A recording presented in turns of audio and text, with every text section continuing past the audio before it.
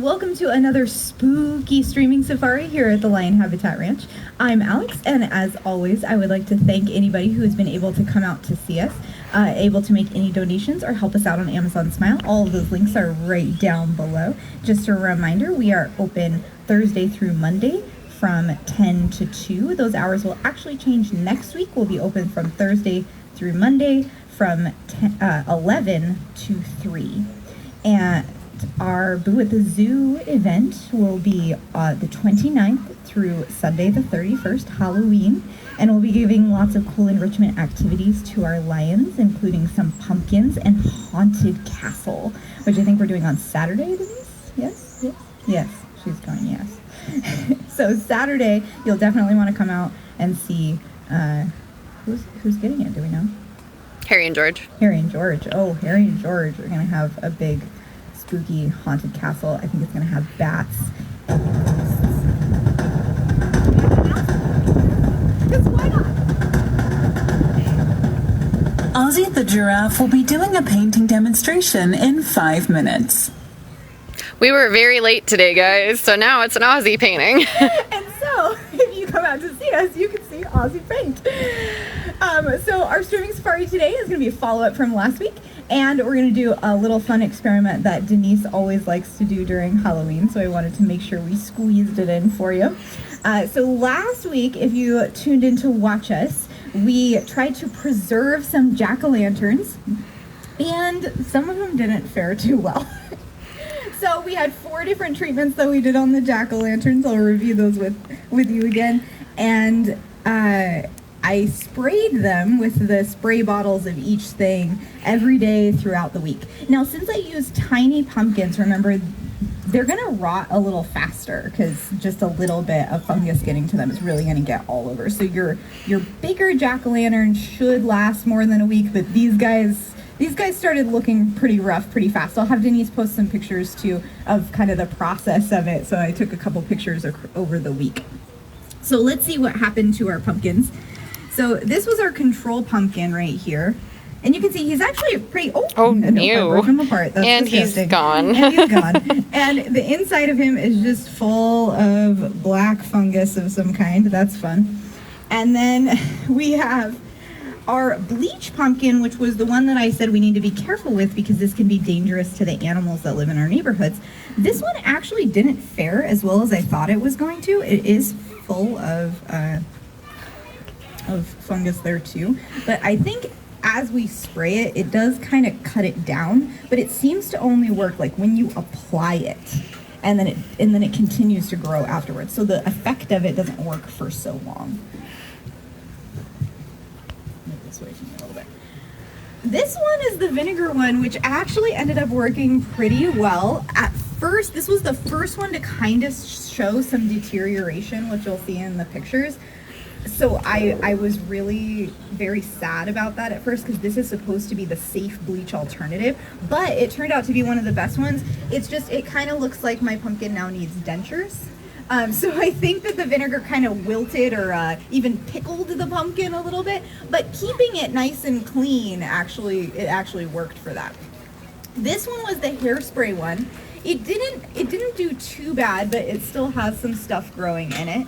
And it seemed like every time I coated it, it kind of blocked out everything that the fungus needed to grow. So for a while, it would stop growing and look a little better. But it didn't fare super, super well. And then the last one I was really surprised by because this guy had a lot of open space to get airflow in. And with the borax solution, this guy actually survived pretty well. His carrot horns did not, but the rest of him did. So actually, I think that the vinegar and the borax solutions probably worked the best, which is nice because, again, we were concerned about the toxicity of the bleach and the hairspray as well, which Denise brought up last week that I didn't even think of. So if you would like to try to preserve your pumpkins for a little bit longer, if you want to have a pumpkin with dentures especially, I'd suggest using the vinegar. And then just spraying with the borax actually works probably the best. And the thing with the borax that I wanted to mention, because Denise brought up the safety thing last week, the borax is actually going to be pretty safe for anything that's larger than a cockroach. but it's going to be very dangerous for things that are cockroaches. So borax is a really good thing to actually put out. If you have a cockroach problem, you can mix it with some cocoa powder and put it out in front of your door, and the roaches will come and gobble it up and take it back home, and then there will be no more roaches. But you don't have to worry so much about bigger animals. So that is actually, I would say the safest options would go from the vinegar to the borax to the hairspray to the bleach. And they work the best. And those two worked the best. So you've got some safe options for your animal friends. Is it time? Is it time for the exploding pumpkin? Wait, what? Yeah. What? Oh, you're spoiling the surprise. Well, we have a beautiful Aussie pumpkin here that our keeper Robert just carved. I don't know how he did that so fast. I gave him like 30 minutes. We need to put him on some sort of pumpkin carving competition apparently. All right, so we're gonna get rid of our other pumpkins. Maybe we'll put them in our compost. #recycling. And we'll try to make this Aussie pumpkin erupt. All right, so our experiment that we're going to do for you today is going to involve a reaction that we've done a number of times here at Streaming Safari. Because we love it so much. An acid-base reaction. An acid-base reaction using two things that you probably have hanging around your house. Some vinegar and acid. And some baking soda, which is going to act as our base. We've talked about these a lot before.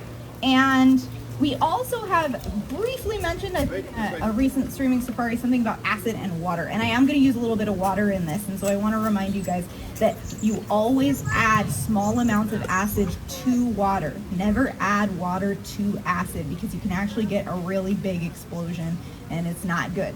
So always acid, small amounts to a lot of water. How you can remember it? A is first in the alphabet and W is later in the alphabet, so you can think of the alphabet. Right? Acid to water. Yeah.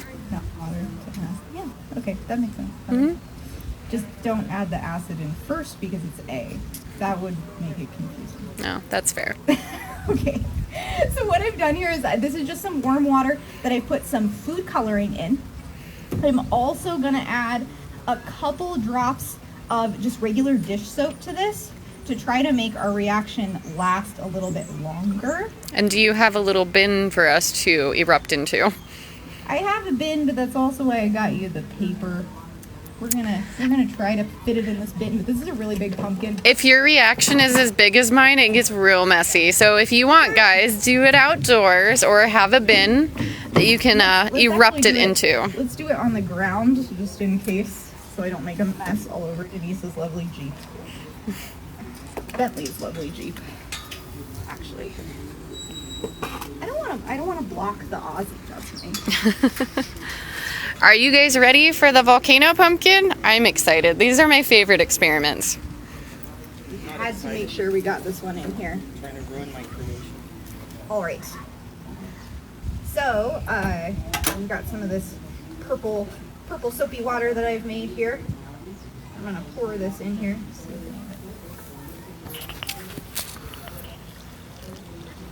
I don't know where the holes are. There. We've already got it. Already made a mess, and we also can't see Ozzy because of the newspaper. Oh, yeah. He's gonna make a mess everywhere. There we go. We're about messes here at Streaming Safari, right? And cleaning up your messes. Okay, so now this is the recommended ratios of this are somewhere around 1/4 of a cup of vinegar to a tablespoon of baking soda. So I'm gonna quadruple that so we get a nice big eruption for Denise. And we're gonna do 4 tablespoons of baking soda and a cup of vinegar. I'm sorry, guys. There's a glare from the sun. I apologize. But we will get to see the reaction in the pumpkin. Can I scoot it anywhere to help? No, the pumpkin's okay. You're just not. Oh, that's fine. Nobody needs to look at me. All right. And I'll get my cup of vinegar. I'm gonna dump in my baking soda first. All right, you ready, guys? I ended up last year having to add more vinegar and baking soda in because it didn't react fast enough for me. It's going. I see it. The lions are excited. Some more too. Coming out of there? Yeah, it's on the right side.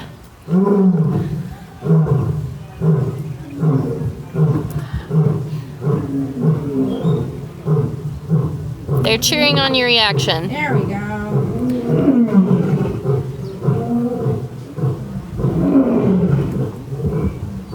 Trying to get the one here. It doesn't want to. So I'd probably add, if you want it to be colorful, add a little bit more dye. And you can make this reaction happen multiple times.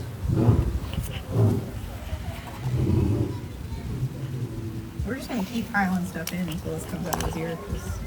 Nope, we've got his nose. Otherwise, it's disappointing. What do you think, guys? Do you want to do this at home? Lots of fun. There we go.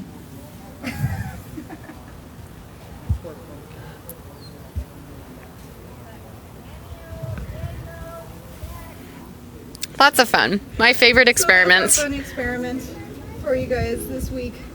So preserve your pumpkins, make some of them erupt, get a lot of food coloring in there.